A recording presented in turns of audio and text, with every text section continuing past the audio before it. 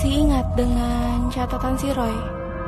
Sebagai dukungan kamu terhadap channel ini, silakan subscribe dan nyalakan lonceng notifikasi.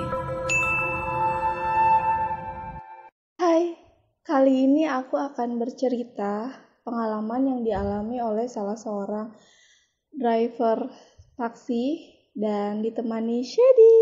Hai. Jadi langsung aja ya. Waktu itu aku naik salah satu taksi online lah. Terus biasa kan kalau naik tuh karena jaraknya lumayan jauh, jadi ngobrol sampailah si driver ini tuh cerita. Oh ya, driver ini udah lumayan berumur ya. Dia tuh cerita lah, Mbak, dulu saya itu driver taksi biasa karena dulu kan belum ada taksi online. Dan saya ada pengalaman horor. Terus dia cerita katanya dulu banget dia tuh karena lagi sepi kan, akhirnya malam-malam pun dia masih nyari penumpang lah gitu, sambil dengerin di radionya itu kayak ada panggilan gak nih, tapi ternyata nggak ada juga. Terus akhirnya dia lagi memberhentikan taksinya di dekat rumah sakit, di salah satu rumah sakit RSUD yang ada di Jakarta Timur. Terus abis itu nggak lama dia ngelihat ada seorang ibu-ibu sambil gendong seorang anak yang lagi tidur. Ibu-ibu itu tuh nanya, Pak, ke alamat ini berapa ya gitu kan. Terus kata si bapak itu, wah jauh bu, lumayan sih, agak mahal. Terus si ibu ini, tolong dong Pak, jangan mahal-mahal, bisa nggak ya Pak, saya pesan, saya naik taksinya Bapak tapi tidak memakai argo, maksudnya si argonya itu tuh nggak dinyalain gitu. Terus akhirnya kayak tawar-menawar gitu. Akhirnya karena si bapak itu kasihan, ya udah deh, iya bu, 100.000 sampai rumah ibu. Oke tuh, akhirnya deal kan. Si ibu naik di belakang sambil pangku anaknya yang lagi tidur. Anaknya itu sepenglihatan si bapak ini katanya sekitar kelas 1 SD mungkin atau kelas 2 SD. Karena ya dibilang masih kecil juga bukan balita, tapi dibilang udah besar juga belum terlalu besar. Anak laki-laki yang lagi digendong. Dipakein jaket gitu, terus jaketnya ditutupin ke sini, diseletingin jaketnya sampai ke atas. Terus si anak ini juga cuman pakai kaos kaki, nggak pakai sendal, nggak pakai sepatu. Keadaannya digendong sama si ibu pakai kain batik gendongan gitu. Duduklah, akhirnya berangkat. Pas berangkat di perjalanan, si ibu itu tuh kayak sambil terisak-isak gitu loh, kayak apa ya, kayak nangis kata si bapak itu. Cuman ya bukan nangis yang berisik juga, kayak cuman kedengeran suara nangis sesenggukan tapi kayak pelan gitu. Terus si bapak itu nanya, kenapa anaknya bu? Si ibu ini tuh bilang, oh enggak pak, anak saya lagi tidur. Oh ya udah, akhirnya si driver itu nggak ngajak ngobrol apa-apa lagi kan, karena si anak lagi tidur, takutnya kebangun karena mereka ngobrol berisik dan lain-lain. Di perjalanan, si ibu ini bilang, Pak, nanti kalau ada ATM, tolong berhenti ya Pak, mampir sebentar, karena saya mau ngambil uang dulu di ATM. Terus akhirnya, oh iya Bu, nanti kalau ada ATM di depan, saya berhenti. Jalan, setelah beberapa ratus meter, ada ATM di pinggir jalan yang masih buka gitu. Terus melipir lah si taksinya, melipir, minggir. Si ibu turun, tapi si anaknya tetap tidur di kursi belakang.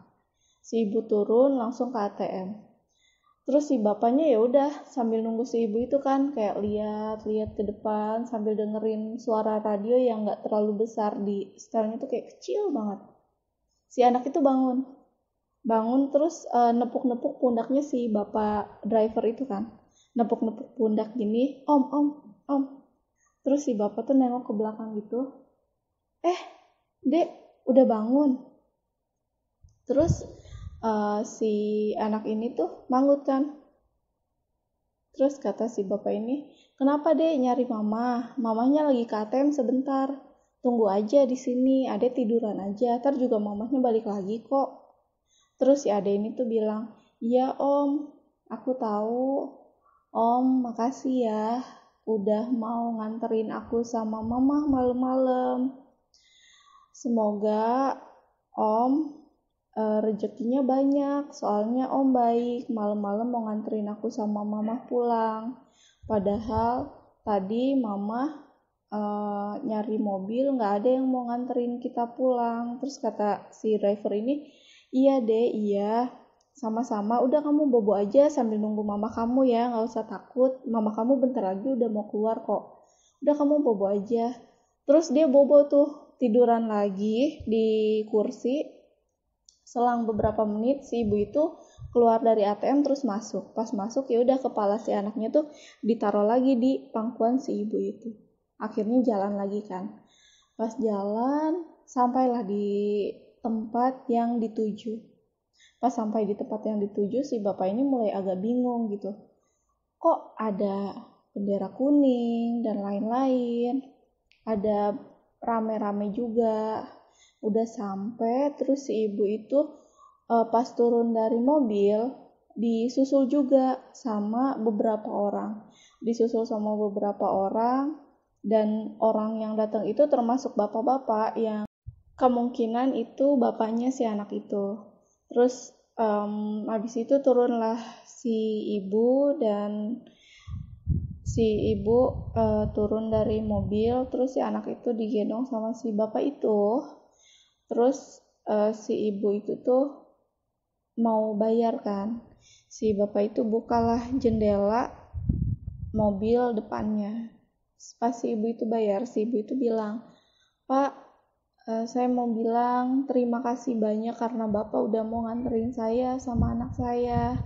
Mohon maaf sebelumnya karena saya nggak ngasih tahu sama bapak kalau dari tadi anak saya nggak tidur.